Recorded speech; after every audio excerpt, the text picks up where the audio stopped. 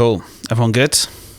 Yeah, I'm good. How are you doing? Yeah, we haven't started yet. Let's just slow it down.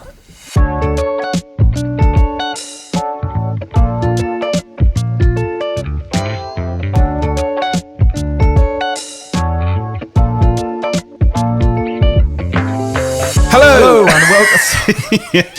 I need to just go with it. Prick. Are you going to do it? It's fine if you want to do it. Do you know what? You decide, and I'm just going to carry on as normal. Okay, cool. Hello, and welcome to Voice Notes from the Lab podcast, episode 7. Episode 7. Welcome. Yeah, who'd have thought we'd have got 7 episodes in? Good, isn't it? It's pretty 7 good. episodes. Yeah. An exciting episode this week because it is the first episode. We have our very first guest. We are joined today by our good friend Konstantin. Hi. Say hello. He just said hello. Done that bit. Hey, Got there before Konstantin. me. Hello. How are you? Good. Good. Yeah. Wonderful. Should we introduce us? We don't need to introduce ourselves, really. We might as well. We always do it anyway. I'm Jack. Nice. Rosie. Yeah. And I'm the other Jack. Hello.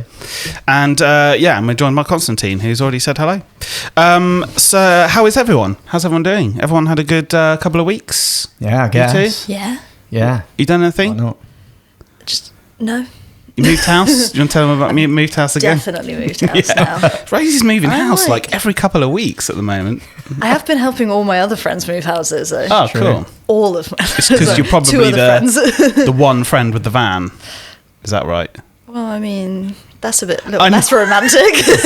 That's what you got going for you. No, yeah. You're just handy, I guess.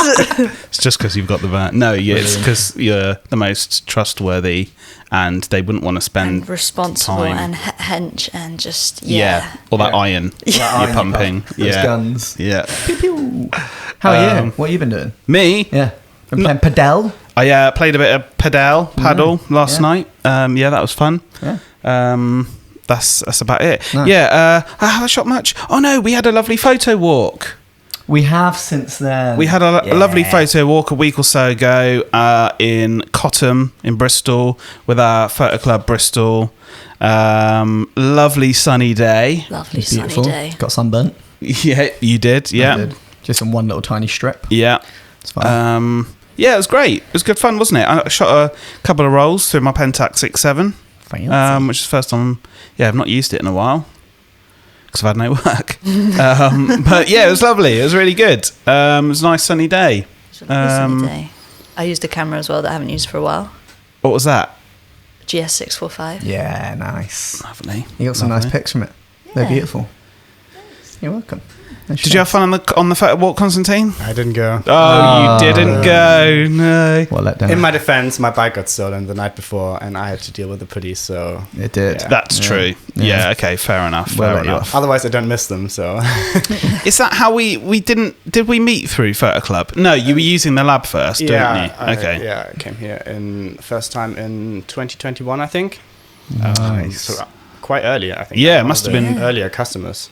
Well, yeah, we opened October 2021. Yeah. So, yeah, it must and have I think been- I came in at the end of October. Yeah. Okay. Claiming to be the first. Not the I first, reckon. One of definitely One one of, of the yeah. first one of the first 10 through the door. I reckon. I'm still here. yeah, Which is nice. And obviously, Yeah, I came when the turnaround was half an hour. Right, sorry. Just kidding. wow. But there Yeah, is it's still because a we rush had 1 hour service. I know. so- yeah, it still is if you pay for it, sir. No, just saying how far the lab has come Yeah. since I came here the first time. Happy days. Yeah, I think we had like 3 other rolls of film in at the time. Yeah. Things are a bit different now, Yeah. I suppose. Yeah, Which is good, yeah. There used to Great. be a Nintendo on the go here, and now we can't fit ourselves in, let alone. Yeah, that's how I met Jack. Yeah, it Jack. was. Yeah. Of course. Yeah, you yeah. guys met at Photo Club. No, Yeah. we met at That was the first photo club. Yeah, Yeah. the first one. That's where we met, wasn't it? And then And then we you spent a day here playing found Nintendo. me walking around here trying to find the place. and then we played games for a good. Oh yeah, I remember that day. And then you both just came in and sat on the sofa we used to have over there and just played. Picture, not played that Nintendo. They can see, but there's a picture just up there of me and Konstantin playing Street Fighter, I think, or Mario Kart. There is. Do you know what? We'll scan it in and we'll put it on the video. Yes, because we can do that. We can do that because we have visuals. Beautiful. Now. I like that. Use the power of vision. For and audio eyes. Format. People's eyes. Beautiful. You guys been up to much? I went on that same photo walk. You did. That was cool. Yeah. Did you have a lovely time? I did. Yeah. Cool. I shot like 7 frames. Frames. Yeah. Cool. Which is good. Yeah. Yeah, apply more context. I also shot some wet plate the day before. Oh yeah. So if you have been listening to previous episodes, you wouldn't know, but I bought a 4.5 camera, and I have been experimenting with wet plate collodion, and it bloody worked. So I don't know. It did. Watch this space. That must have felt like that's the first time you've tried it outside of the environment of which you learned in. Yeah. Outside of the under the what am I trying to say? The guidance of a master. Yeah. It must have felt pretty good to get that right. Yeah, it did. Like the first one didn't go right at all, and it was infuriating because I was like, I spat my dummy out a little bit. But I thought, no, do you know what? Do it again. And the second one was perfect. It's beautiful. And it was cool. And I thought, nice, your several £100 investment has paid off. that's lovely. Persistence. Yeah, absolutely. Yeah. And now I know that I can do it more, which is amazing. And it's nice to be able to do something different. I think not many people. I mean, a lot of people are doing it now, but not many people that I know are doing it. And I think it's cool that I can be one of those people and show my friends, and you can all learn from me. As in, not like I'm not a master, obviously, but a lot more people are doing it, but still not a lot of people generally are doing it with it. In the country, it's still a pretty rare thing, a rare practice for people. Yeah, no one wants to front the cost. It's the cost, but also just the time. It's an investment of time, right? And the danger, yeah. The danger. Yeah, I mean, the chemicals aren't exactly the best. True. Yeah, they dye your hands. They're all right now, actually. Yeah. And the ether. Yeah. And, if you have some of the pure chemicals, they're quite bad. Silver nitrate in its pure crystalline form will make you go instantly blind if there's a bit in your eye, so... which would kind of defeat the whole objective of doing it, wouldn't it? Really? Yeah. Pretty pissed off. I if could you're be like, one of the first blind wet plate. You don't want. Yeah. So when you do you walk around like Walter White and naked with an nothing apron underneath? Yeah. Naked, just the gas mask. Naked with an apron and a gas mask. Yeah. So if you have your portrait taken in the van. Why do all your wet plate portraits? Why does everyone look shocked? I think it's my attire. For sure. I think it's when I turn around to pick the plate up.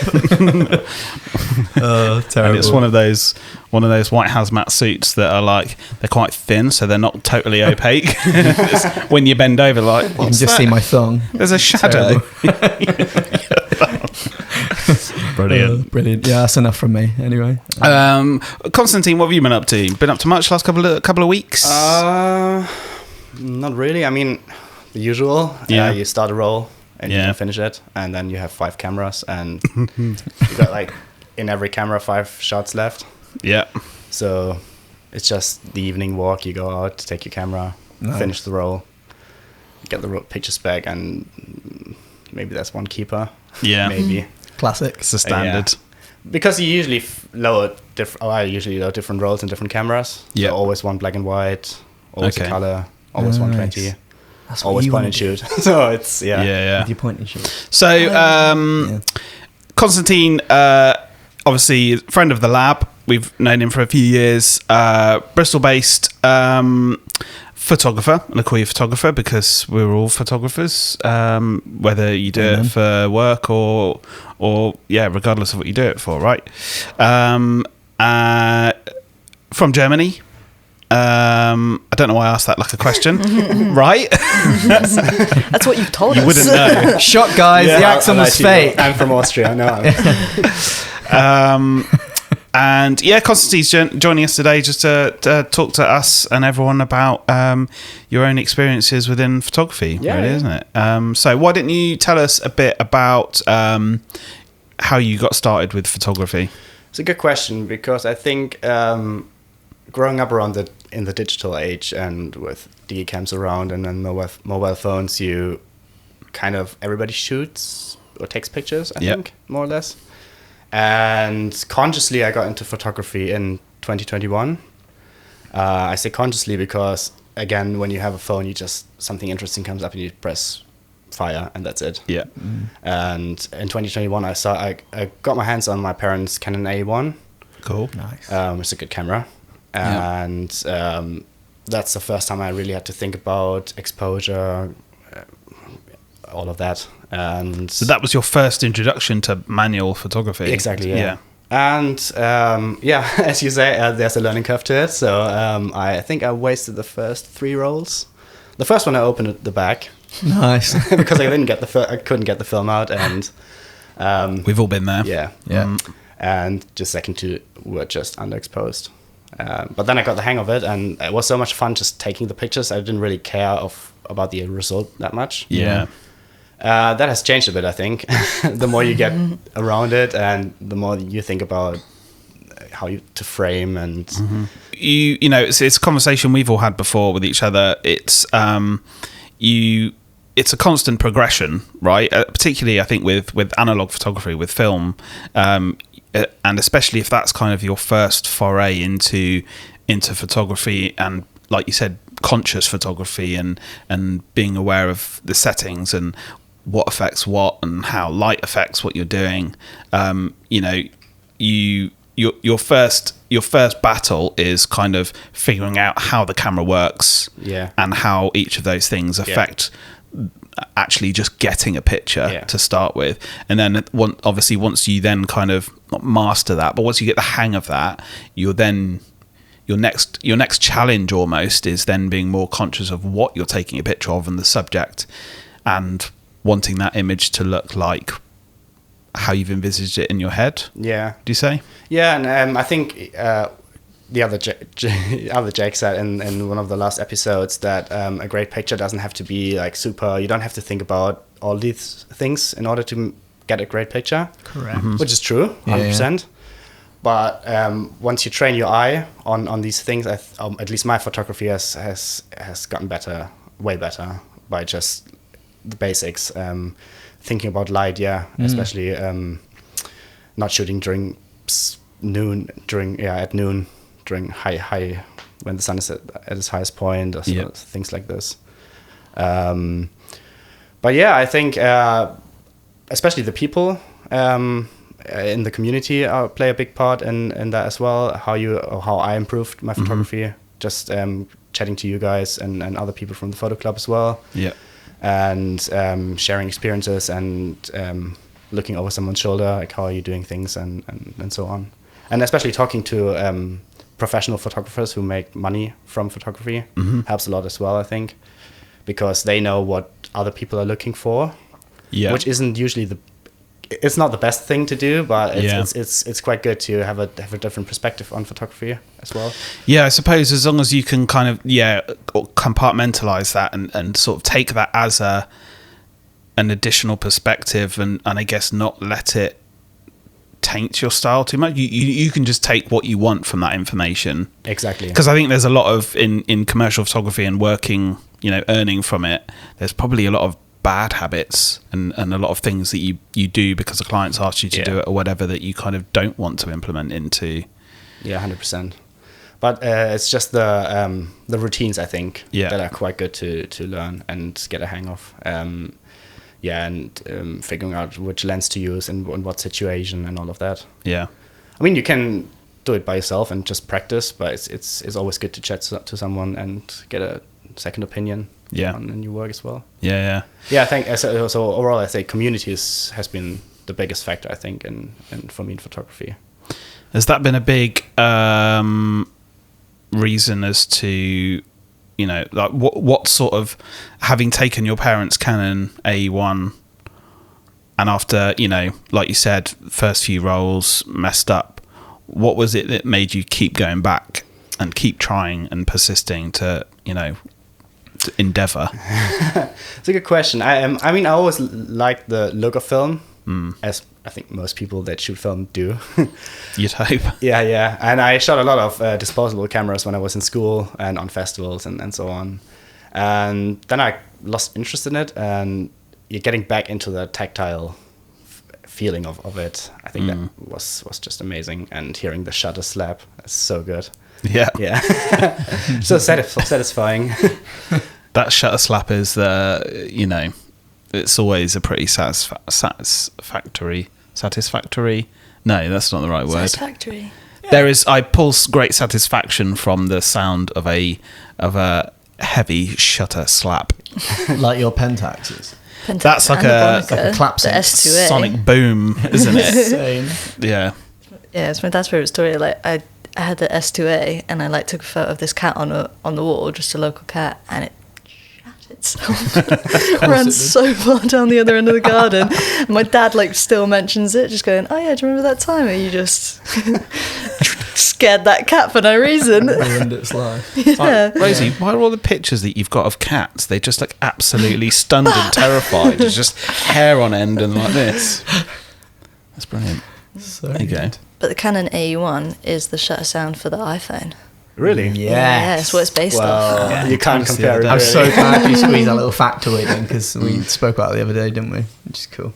So, what would you say, Konstantin, are some of the things that you enjoy most about photography, kind of in general, and what is it you find rewarding about it? There's a funny side effect to it. It's going out, just leaving the house. I don't have a dog, or so it gives you a reason to just go on a stroll. And I quite like just wandering around the neighborhood, and even places I've walked by 200 times, and you still find something, and I still take the same route. And I think that's the biggest thing, that you can explore, really. You see the city and places through a different eye, a third eye, a lens, that's a big thing. That gives me a lot of satisfaction. And then, because when you shoot film, you forget what you shot, really, and then you get roll back a couple of weeks later, and then you look at this is interesting. I didn't know that I shot that, and that's a big factor. Yeah. And what would you say, obviously we know what your sort of style of photography is, and obviously we get all your rolls of film in here, but if you were to describe it to other people, what would you say your style of photography is? What do you enjoy taking photos of? That's a really good question, because I've only been doing it for 2.5 years now. So it took me quite a while to find what I'm interested in, particularly. I think the thing that I like doing most is night photography. Night photography. Yeah, go out at night. I like it because it's very slow down. Yeah. And I usually shoot black and white at night. I was going to say that's which is an interesting combo, because you're I would say predominantly, from my having seen a lot of your work, predominantly gravitate towards black and white film. Yeah. So to then also enjoy night photography. Yeah, it's nice at night, because you can only photograph things like that humans. You only get artificial light, so lights that humans build, and it only illuminates things that humans thought about illuminating. Especially in Britain, because the moon usually is behind clouds. So yeah. It's usually artificial lights. So I like that. It's like a painting, and that's cool. You find Nice. It highlights different things that you usually wouldn't see during the day. Yeah. You can photograph something boring like a bridge, or a building or something, and at night it looks completely different. And just it slows you down quite a bit. You always have to take a tripod, a beer, to cover the 15-minute exposure. Yeah. Yeah, it took me quite a while to get around the exposure compensation as well, and the technical sides of shooting at night. Yeah. It's quite tricky. Okay. It's good always to do it with a mate, Yeah. so it doesn't get too boring. Yeah, of course. That's You two have been out a couple of times. haven't you? Yeah. We had a great session at night. It was Some good. really But good pictures. it's funny to hear you talk about it, because definitely like when we went out, you were on it. Like you definitely were like, okay, I'm taking a lot of pictures. This is what I'm taking pictures of. I'm pretty sure you went through like 4 rolls, and I did. I mean, the classic me thing of just chatting and only doing like 1 roll. But also, I feel like we stopped a lot because you were like, well done you there. I'll get you through a whole roll. It's nuts, isn't it? Yeah. To be honest, I think I actually finished the roll. I think it was already in there. Oh, yeah. Yeah. 3 frames left on probably, it. Yeah. But like, you know, seeing you, I came away from that night walk going, that was cool. That was really cool. But watching you shoot, just like stop and going, that looks great. I want to shoot that. And I'm walking around going, fucking hell, there's not enough light for anything. Like, I've got that looks nice, that reflection off that window. And like, funny, again, you talking about like technical side of things. It's like, I like that. Did I necessarily think I captured it well? No, not really. But that's because it was, you know, I haven't really done many night walks. So that was sort of the first, I mean, that was really the first intentional night walk that I'd been on. So it's with the other times you just got lost for a bit too long and the sun went down on the way back from the pub. Yeah, can you imagine? Whoopsie. No, I feel like if I've been out and about and I have my camera with me and it's sort of, you know, you go out towards the end of the day and then you go, oh, actually I've still got a few frames left, like, oh, I might as well shoot these on the way home. Or whereas, you know, this was specifically like, nope, we're going to wait till it gets dark and we'll go out. You know, when it's dark. It was very focused on exactly that, like nighttime. And there's a nice side effect as well, because when you shoot at night on black and white, you can shoot when it rains or shortly after, and you get really nice reflections on the road. Which during day you can get, but not as nice as during night. It really lifts your pictures up. And I guess, if it's not raining, then generally there's not an awful lot of wind at night. So any sort of like sitting water is like still. Like it's almost like a mirror on the floor reflecting up, which is always pretty cool. Interesting. I think night stuff. I think the only time I've intentionally been out at night was with you. Yeah. Not so long ago. With our cameras or the other time? I had to think about it. I don't know if that was meant to sound seedy, but it definitely did. Yeah, it was. Of course it was. Oh, yeah, sure. Yeah. I was referencing the time that we went out with our cameras. Yes. With our F... Oh, you didn't have your F4 at that point, did you? Yours. Yeah. Was that when you were testing the JackSlab 500T? Yes, it was when we were testing the JackSlab 500T available at stores near you. Boys Dinner Club. Yeah. That didn't work as well, I don't think. It didn't, but it was, you know. So. It was when we were testing that, wasn't it? It was. And also trying to figure out how my F4 worked. Yes, when we realised that was like... It's got a meter in it, hasn't it? How the hell do you... Why can't we see the meter? Surely you can illuminate the meter. And we just stood there for ages, weren't we, going... Googling manuals. Yeah, trying to work out how this camera works. All the while I was going, mine's being delivered soon, and you can't see the meter at night. What was the fucking point? Oh, you'd already ordered it? I'd ordered it. Okay, yeah. I did that thing where I said, hey, Jack, can I borrow your camera? Because I'm thinking of buying one. And you went, yeah, sure. And then by the time I borrowed it, which was only like, I don't know, 2 hours later. Yeah. I'd already ordered one and it was on its way. It's terrible.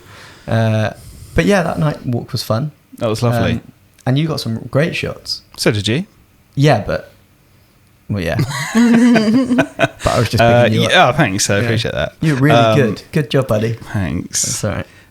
Yeah, it was good fun. It's going back to what you were saying. I think you can absolutely, you can walk around an area and you can know an area really well, and you know you're not normally presumably walking around that area during the daytime. I think even still during the day, things change daily. What are you laughing at? So it was fun. What did I say? No, you didn't really. You didn't know. That was a perfectly nice thing. And Jack, now, do you remember that you're on a 2-shot? I sometimes forget. Just tried to completely eat the microphone. My brain went, go on, eat this microphone. And while you were having a lovely conversation, I thought, well, the camera won't be on me. You know, earlier when I was like, you're on a swivelly chair, try to sit still. Yeah. And you're like, I can't. What did you say about blue tack? I said I should probably have some blue tack in my hand because I need to move at all times. Okay. And Would that was an example. Yes, please. The dream. It's like, oh, that's got a bit clammier. I'm sorry, I completely ruined that moment. It's all right. To be fair, What was I I don't think I saying? helped either. No, I was just talking about, you can be really familiar with an area, with a part of town, with your, the roads around where you live and local, high streets and stuff like that. But yeah, in the night, it completely changes. And I think that was not something, I've been shooting a long time and having not really ever made much of an effort to go out at night. It was honestly like I felt like a new photographer again. I felt like a complete amateur. I felt like I was learning, which was exciting. It was a odd but quite cool feling. Fumbling around trying to work out how to illuminate the meter inside my F4 I'd owned and shot a fair few times already. But I think that's quite a good thing generally for people to know and understand, though, is that you can be within your comfort zone and be very good at what you do and confident, and you can step outside of your comfort zone and feel like a complete amateur again. Yeah. In an exciting way, and you're learning something new.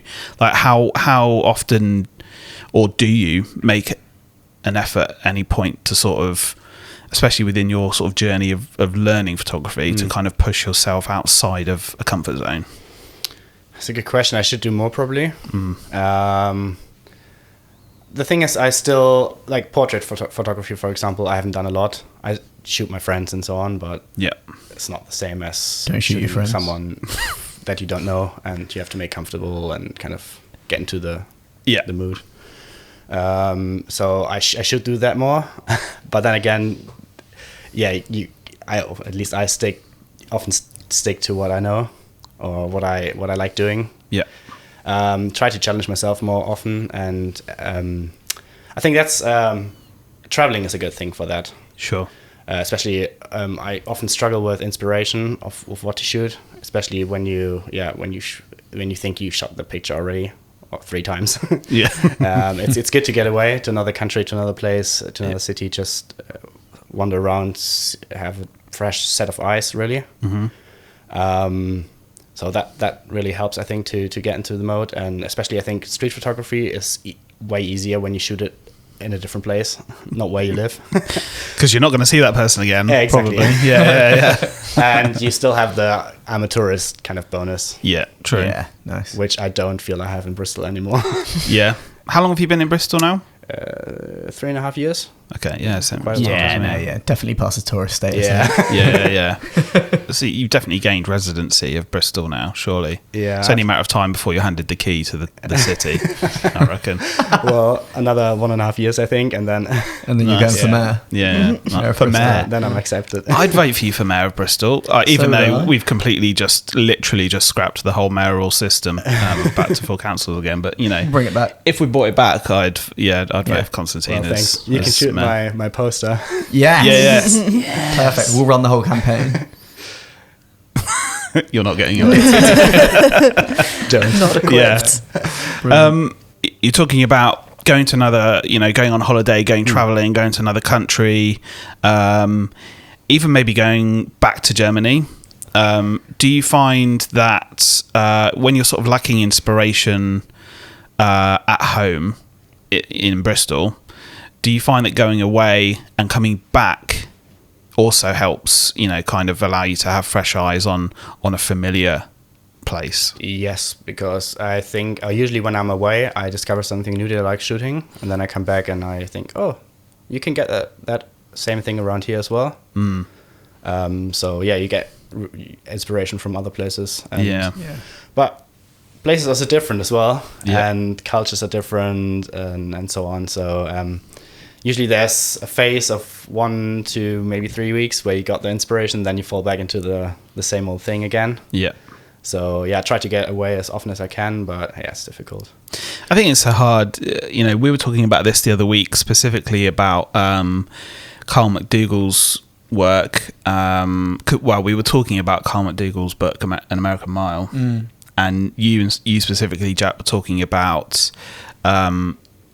you know, you it's really easy to kind of fall into complacency, I suppose, but you fall into this weird trap of where you kind of completely uninspired by everything around you, and you need to go somewhere else, and you're looking at things, you know, whether it's 100 miles away or you know, 800 miles away.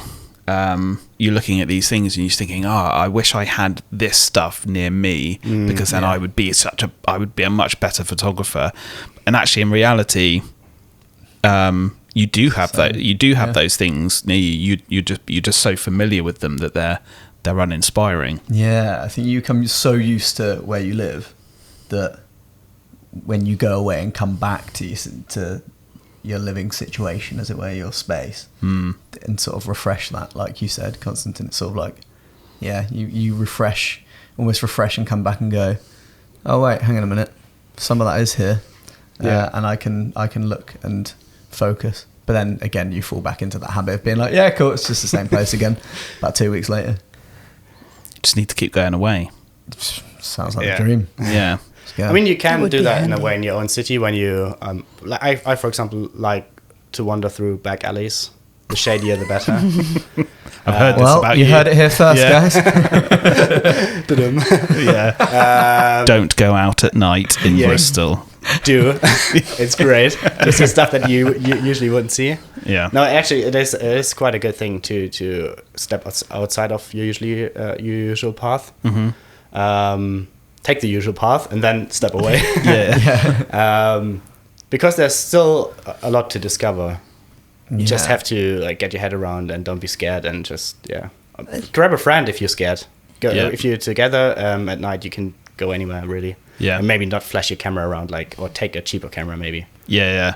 But it's worth it. I think I shot quite a few interesting pictures in places, or pictures that I haven't seen on Instagram in Bristol before. Yeah, which is always a good thing when you kind of discover a place that no one has shot before.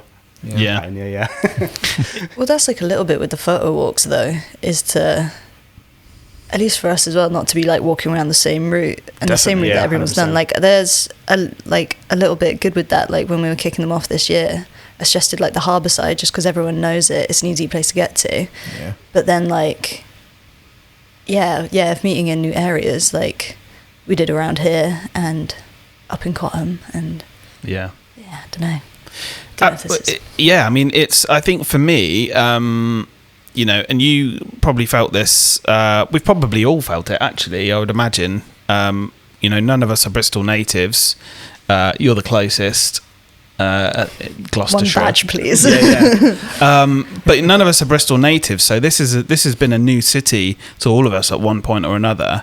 Yeah. So, you know, for me, definitely was photography was a tool really to you know, encourage me, I guess, to kind of get to know the city more. And I haven't touched the sides of it really. I think, you know, it's you, like you said, you've really got to consciously make an effort to put yourself in you know, and go out and see new areas and stuff, which I think is a good thing about, you know, the walks and stuff that we do. It takes us, you know, if we're more conscious about doing walks in areas that we know less, then it's going to be someone's local area more than likely. But it kind of pushes us out of our comfort zones of the areas that we know, and we're seeing more interesting things. The walk around Cottam was great. Sorry, go on. Well, but then there's the good thing of like, because in photo walks so many people come from all over the city, is you just start going around and then others start leading it as well. Like Ollie was like, let's go down this road. This road's my favourite road. Down the road. Yeah, definitely. And we should definitely, that should be, you know, kind of what we aim to do more, is almost get people to, you know, give us a tour of your local area. And I didn't mean it. I was just like, that's good. So, a question for you, Konstantin, because that's how this thing works. That's how I hear for. Do you? I think I know the answer to this, but I think it's an interesting question because we've discussed it on previous episodes. Do you tend to swing more towards and you sort of touched upon this with your sort of, learning journey, but do you tend to swing more towards the technical aspects of photography, like learning how your camera works, or like kind of learning new techniques and stuff like that, and like rule of thirds and things like that, getting things kind of like technically sound, or do you prefer kind of more of a free approach where you can kind of, you're just allowing yourself to kind of be creative and just... It's a good question. I think I lost that a bit, the being creative, because it's a downside. The more you focus on the technical aspects, it can be that you're less creative and you miss out on just interesting things around you. Sure. But I think it's good to get the technical stuff right, because in the long term, photography becomes less of a gamble, probably. Sure. You actually know what you're looking for. Yeah. And see pictures around you that you usually wouldn't see, or just by accident. So I think it helps you. But it's something I keep reminding myself to be more creative. And I usually have one camera where there's a role in to just try different things, double exposures, filters. That's cool. Long exposure stuff, to just have one camera or one roll of film to always just try things out. Yeah, could be a cheap film as well, if you consider, if you conscious about the prices and stuff. There's no harm in that, just giving things a try. I think it's probably the same for all of us. I think I don't know if we spoke about it in the last episode, but definitely a previous episode. It's you've got to get the technical aspects right to some degree in order to be able to capture a photo for that to work, but you can get lost in trying to perfect the sort of technical aspects, and that can definitely pull you away, sometimes too much away from kind of allowing you to kind of freely create something. I think photo books as well, which are great as an inspiration. But when you see all these great pictures and you think, oh my god, I can never take this kind of picture, and I don't see these compositions around, or in street photography I don't have these interesting people around me and so on. You always have to keep in mind that someone went over these pictures, and it's a selection of 20 pictures out of probably 2,000 or something. Everybody has these great shots, I think. They're hidden. And the more you go out and take pictures, the bigger the chance you get of having these pictures that are great. And when you think about a project, don't get disheartened when you don't have the project instantly, but just keep shooting, and the project is going to come at some point.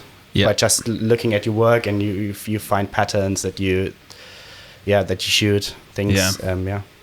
And just you mentioned it briefly earlier, but and I asked this because I know that you're relatively fairly recently back on Instagram, social medias. How do you manage that? Why did it sort of take you time to sort of come back on it again? And how do you manage that? Like, how does it? Do you find it's more of a help or a hindrance, or? It's a two-sided sword, I think. On the one hand, I came back because I felt like I'm missing out. Sure. And when you go to photo club events or just meet people, nowadays you don't swap phone numbers really anymore. Sure. You're just like, what's your Instagram, and da-da-da. Yeah. And that's it. And I was missing that, I think. So like a feel networking connected tool to the scene and the people, and be in the loop. Yeah. I mean, newsletters are fine, but could be a bit annoying as well. So it's just a convenience, I think. And of course, you get inspiration as well, to see what other people are shooting. Yeah. But then again, it's the same with the photo books. You see, only people only put their greatest pictures on Instagram. Nobody puts their failures up, and or some people do, which is respect. Yeah. I don't. I try to. I was about to say, I'll get on you. Constantine. That's a really no. I don't. I only my best. So there's two sides to it, I think. You can get inspiration, but it can also put you down a bit, and it's just the constant I mean, everybody probably has that in a way that you post something and then you only get 10 likes. Yeah. It's not because of your photography, and it's not even because of your followers, or it's just because Instagram doesn't want other people to see your picture. Yeah. And I mean, nowadays you can see how the reach and stuff, and it's like, okay, and just getting in the mindset of that not putting you down and saying, oh, screw it, I'm doing it for myself, and keep reminding yourself that you're doing it for yourself and not for Instagram or for the other people. Yeah. To just kind of have a spreadsheet of your work, really. Yeah. But then that is interesting because, like, photographs are made to... Are they made to be seen? Deep question. Deep question. Well, I think not every artist, I don't want to talk for every artist, but I think when you spend time and have a big passion for something, you kind of want people to see it. Yeah. And it's not for the gratification of people saying, oh, well done, you did a great job, but it's just, I mean, you're doing it for someone. You're doing it for yourself, but art lives through people that look at it, consume it, enjoy it, hate it, even. The exchange is part of it, I think. Do you take photos to be seen? I think it's like the same. Like you take them for the motive and enjoyment of you doing it, but there is a thing of it that, I guess to your small audience, like I'll definitely, I've got a whole like list of things in like a saved folder that I want to put on Instagram, but I just have terrible time management. I'll scroll for hours on it, but won't post it. But then like I'll come in and I'll show you guys straight away. I'll show my partner, I'll show my family if I really like a photo. But I won't necessarily push it out further than that. Is that a time management thing, as you said, or is it, are we sort of harking back thing to, what you were specifically saying in a previous episode about your imposter syndrome is almost not imposter syndrome. It's more of just does anyone care? Yeah. Like who even wants to see it? Yeah, no, it's probably both. But I guess people don't know they want to see it until they see it, exactly. Right? Yeah. And that's the thing about art. You could produce something that nobody likes except one person. Yeah. You still reach one person. Yeah. It's just hard, isn't it? 'Cause it can be disheartening. Yeah. I think like you post something on Instagram, it might be the wrong time of day, or it just hasn't been pushed, or actually the people that follow you also follow 3,000 other people, and so therefore you get lost in that. But I think it can be disheartening when you post something and it gets 10 likes, and you're like, this picture's the shit. This is like the best one I've ever taken. What's going on here? But that's an interesting point, actually, to see. I mean, as I said, there are so many factors that play a role in how many likes or views and stuff you get on Instagram. But it's funny to see when you upload an image that you think it's okay, it's good, but it's not your favorite. Yeah. And it gets the most likes you ever had, and then you post your favorite picture you've ever taken and you get like 10 likes. Oh, okay. Maybe my style is people like more. I mean, there's clearly a thing that people like on Instagram as well. Some these Instagram style photos, nice looking, especially in film photography. It's I think it can be quite specific. And therefore, if you haven't quite hit that mark, then that could be the reason. But I do think the other reason is just because it hasn't been pushed enough, and sometimes it's actually got nothing to do with the photograph itself, and completely just because for some reason Instagram's algorithm that day has gone, I know we pushed your last one to like 100 accounts, but this one we're just going to push to 5. Exactly. And I think it's not entirely sort of what's the word, quantifiable, I suppose, in the sense that it's just because you've only got 10 likes on that one, it just might not have reached those people. But the beauty of Instagram, and if you can sort of get it in your head this way, which you've touched on, and I'm the same now, I've sort of gone, do you know what, no, I post on Instagram because it's just a portfolio for me, but also for my followers, but new followers. So it's okay, you might follow me and never see anything I post, but if I meet someone like at a photo walk, it's actually nice for them to be able to see a small collection of the work that I've posted, like that's instantly. True. It's quite nice just to have something instantly there that's all in one place. We can also message through that, and so you might not see other pictures I posted, but you do see that initial set of photos when you follow me, and I think it's just nice to have that. Yeah, and you get an overall expression of what people are shooting, kind of what style, what subjects, what they're interested in. Like when you go on my Instagram, you see a lot of dark pictures. Yeah. Okay, guess why? So therefore I think it's quite interesting. But going on from there, when we have the print swaps and the photo club, I think that's my favorite event because then photography really becomes alive. Yeah.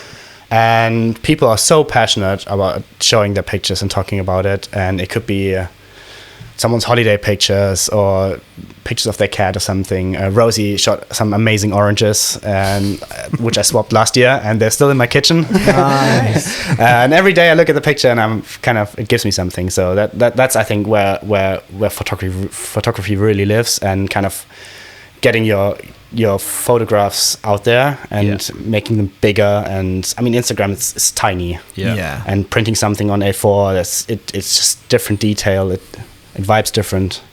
Well, you've printed it for a reason, right? Yeah. It's so easy to just post something on Instagram, you lock your phone, put it in your pocket, forget about it. And it can be quite meaningless. There's no human transactions there. Sure, you might be, everyone's different. You might be after your likes and whatnot. But I think for most of us who, Instagram isn't really a marketing tool for us as such, but just somewhere that we kind of post stuff. The prints you've made a conscious decision to print that photo. Yeah. And with the print swaps, particularly the print swap events, you're not printing out 40, 50 photos. Maybe you're taking a small handful, and so you've got this pretty curated selection. Yeah, here. And there's some value to it as well because of scarcity. You only have 5 or 10, or next time I'm going to bring 30 probably, but kill the scarcity.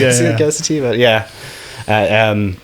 there's some value to it, and especially when you hang it up or you go and visit a friend and you see your picture hangs on their fridge. I don't know. It gives me more than getting 50 likes on a picture. Yeah, 100%. Yeah, that's what I mean. One person has to appreciate your real work. Yeah. Not a teeny tiny pixel. Exactly. And you see how much that's appreciated then, don't you? So I think, I'm assuming it's nice for you to hear that Konstantin looks at your oranges every morning. But it's so nice to hear that because it's still a constant as opposed to, I like that picture, that thing you took once. I just double tapped on that on Instagram, and then that's kind of it. Gone. Whereas for you to have that in your house and to acknowledge it, and it's always nice to hear that sort of thing. And I think, like you said, it's for that one person, it means so much more for one person to have your work there and sort of appreciate it a lot. And I think the other thing with Instagram over printing and like the print swap is,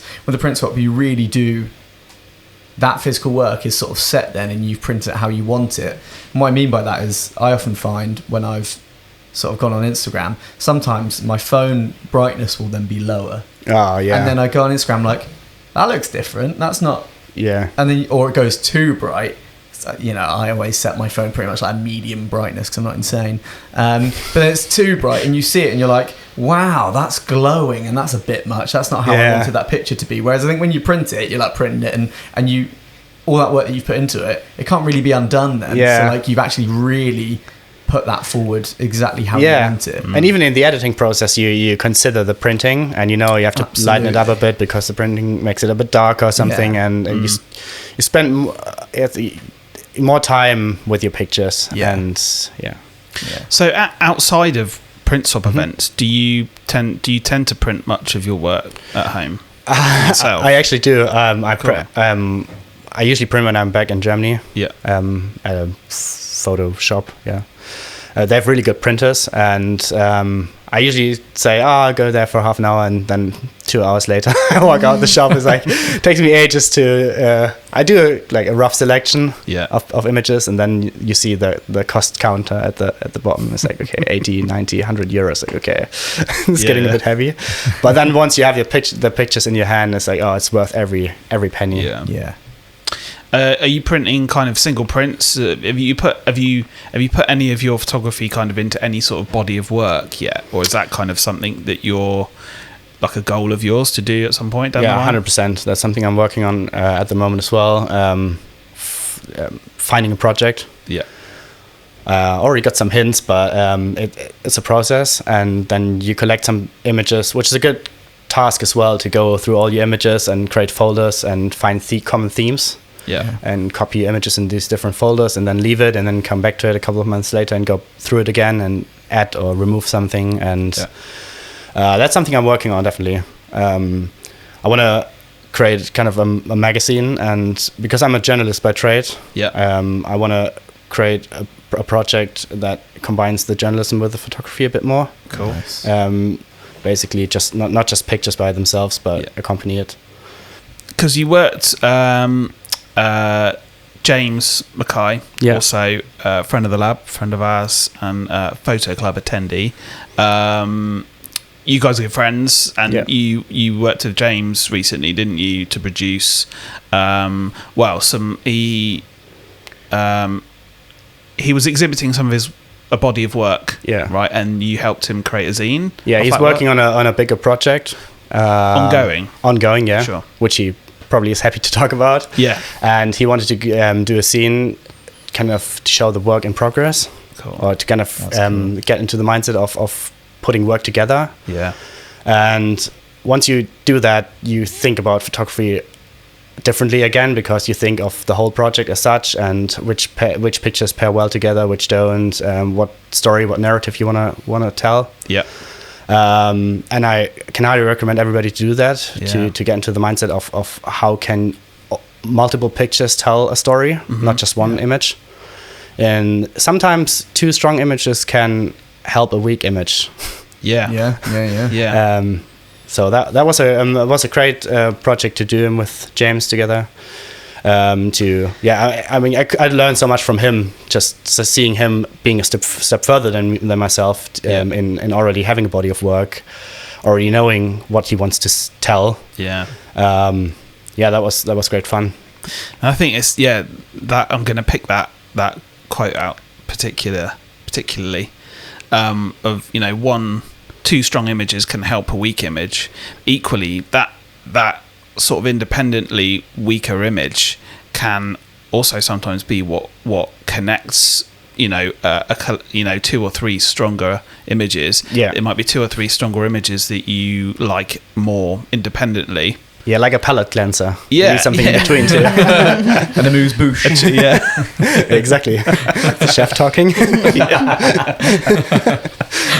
A palette cleanser. Yeah, not thought of that. That's good. I like that. Yeah, it's good. Amuse bouche. I mean, I was just going to say that it's that one image that might provide context. Yeah. But and rest the eye as well. Like when you have some super strong images or some very emotional images as well.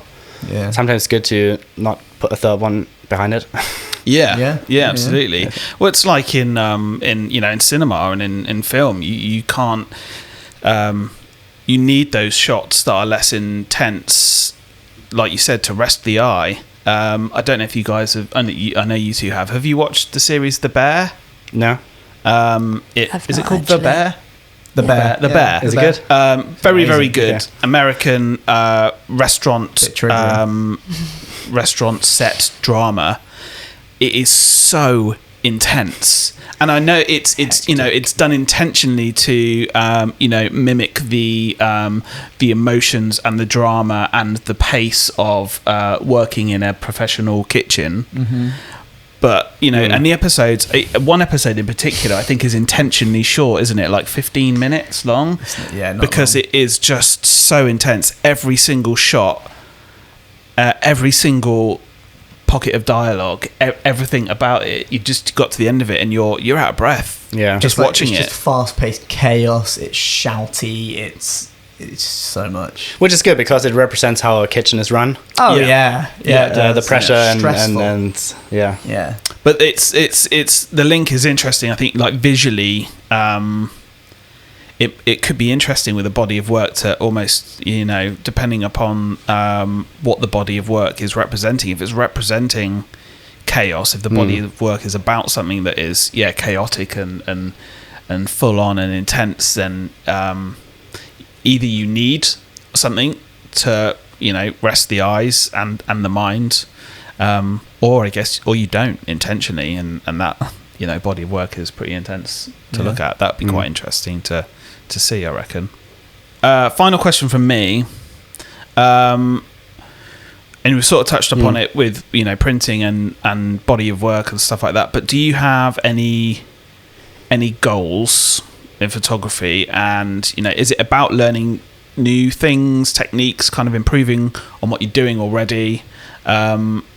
Or do you have kind of like immediate goals and then, greater goals kind of further away? I think I have 2 goals. One is access, because I think a big factor in photography is having access to people, places, situations. Yeah. The better the access to things, the better the image. Yeah. And I want to get better access.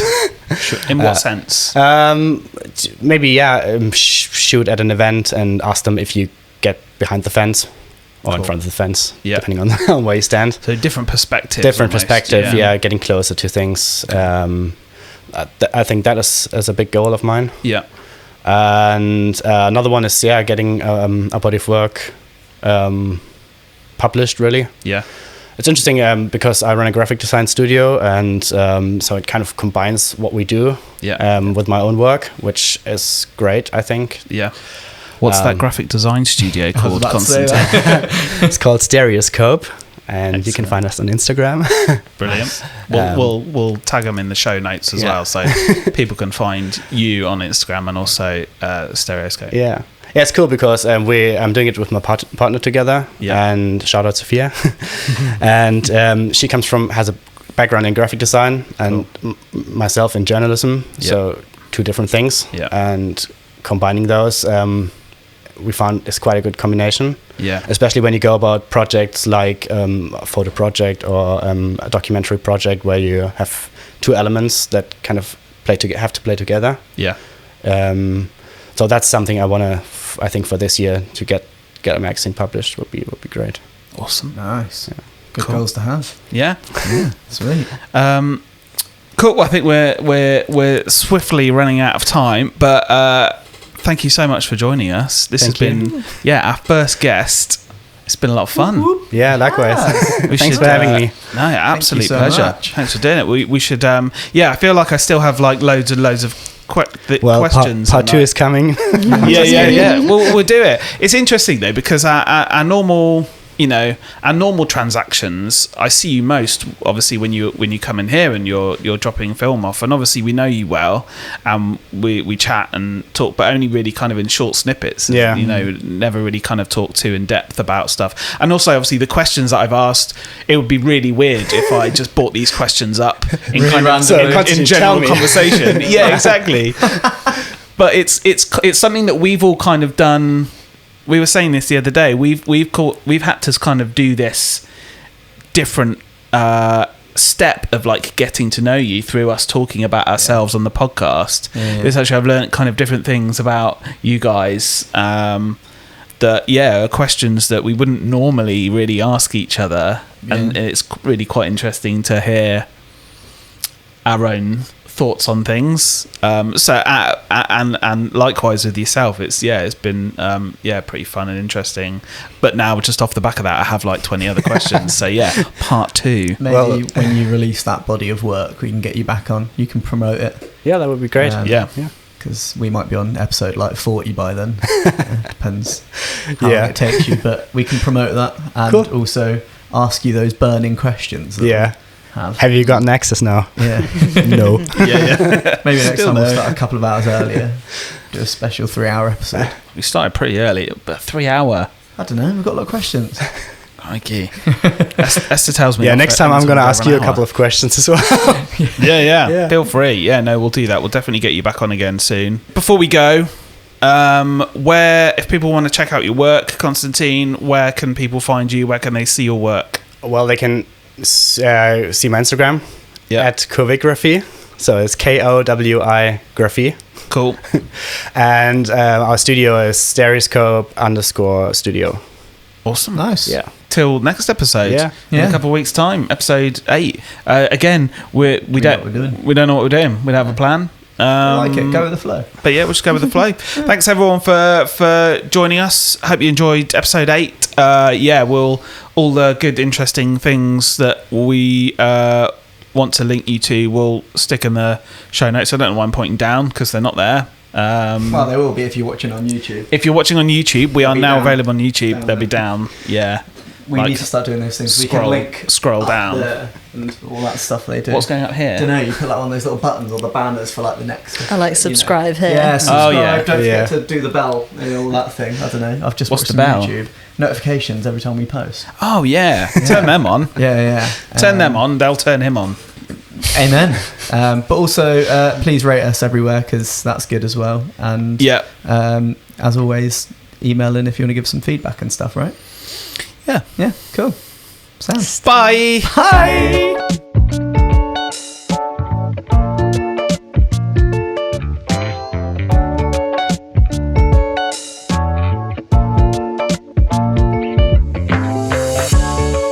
This has been Voice Notes from the Lab, from the folk who develop your film at Jack's Lab. For those who don't know us, we're an independent photographic film processing lab in the heart of Bristol. You can find out more details about the lab, including prices and our processes, at jackslab.co. Thanks again for listening to this episode. If you enjoyed it, please leave us a review. It helps massively with reaching a wider audience and getting to know what you like and dislike about it. You can subscribe to the series via Apple Podcasts, Spotify, Google Podcasts, or pretty much wherever you get your podcasts from. And don't forget to tell your friends.